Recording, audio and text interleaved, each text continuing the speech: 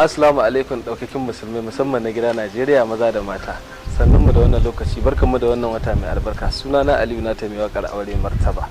Zan yi amfani da wannan dama in dan taba wani dan tsokaci. Uwayen gidana, yayyina tare da masoyana baki daya. Ku yi hakuri. Ba na fito bane in yi faɗa da wani kucin fuska, a'a na fito ne in yi magana akan wasu 'yan tsirarin mutane da suke son su ja da ikon Allah wa iyazu billahi. Zan yi magana ne akan wakar aure martaba. Alhamdulillah, wakar aure martaba ita ce wakata ta farko da ta samu karbuwa a nan gidan Najeriya da ma wasu sauraron gurare. Cikin haka ne na tsinci wani mawaki dan zare wanda ya amfani da wannan wakar komai da komai ya juya ta zuwa ga wani ango da amarya. Hakikanin gaskiya lokacin ban damu ba, na dauka cewa hakan ma nasara ce har wani ya amfani da fasahar ka, musamman mawakin da ya baka akalla shekara 5 a wannan harkai ya dauki irin fasaha kai ya amfani da ita. Na dauka haka nasara ce, ban damu duk da cewa akwai mutanen da suka so in dauki mataki sai ban biye masa ba, amma dai na kira shi nake gaya mai cewa hakan ba daidai bane ba, ya kamata duk sanda za a yi wannan a ce ka tuntuɓi mai abu. Ya bani hakuri na mai da komi ba komi ba, a haka muka rabu da shi lafiya.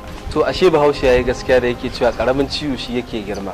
Babban abin da ya min ciwo sai yan kananan maganganu sun taso bayan wasu tsarin mutane da suka ji wakar tasa da ya dauka irin ta, suke cewa asali shi yayi wakar ma na dauka nayi har na samu karbuwa gata ta karbu. Abin yayi min ciwo matuka, wanda har sai da na kira shi na gaya mai cewa to gaskiya zan dauki mataki akan shi.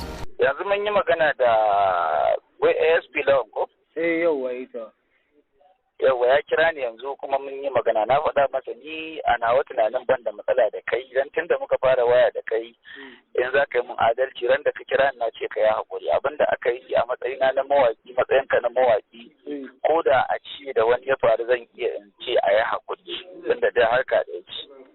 Kuma abu idan yanzu ni da kai din ba za mu iya sanin me Allah yake nufi da ya kawo wannan sanadin ya sa muka haɗu ba.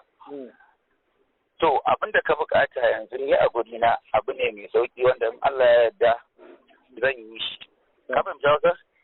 Kuma har yi wa yau din dai ba wai dan wani dalili ba, ina ƙara baka guri tun da dai na san cewa kayan ka ne, kana da hurumi da shi kamar yadda ni ma ina da nawa kuma ina da hurumi da shi. Amma a gaskiya ni Ali wallahi tallahi ni bana ci, ni gaba ɗayan kana in ka biwa page ɗina a YouTube za ka ga gaba ɗaya ni waƙoƙi na Nazir ne. Ni ba na yin waƙoƙi ma irin wannan waka ce da ƴan amshi da amshin mace, ka gane?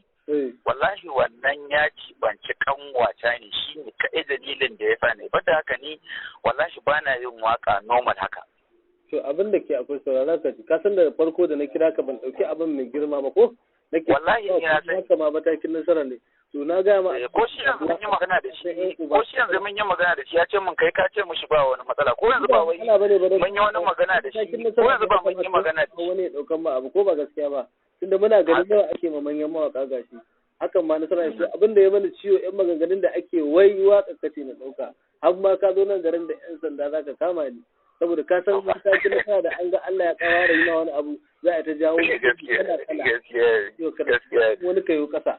Kuma Allah shi ne ka tayi ka riga ka tayi ba wanda isa mai duka.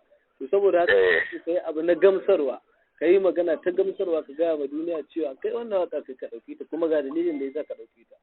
To jama'a kun ji daga bakin Abadan, kai kuma mai burin ka bata ne, ina son ka sani cewa wallahi tallahi tun kan halice mu Allah ya riga ya gama tsara komai, babu abin da zai canza, komai daga Allah ne.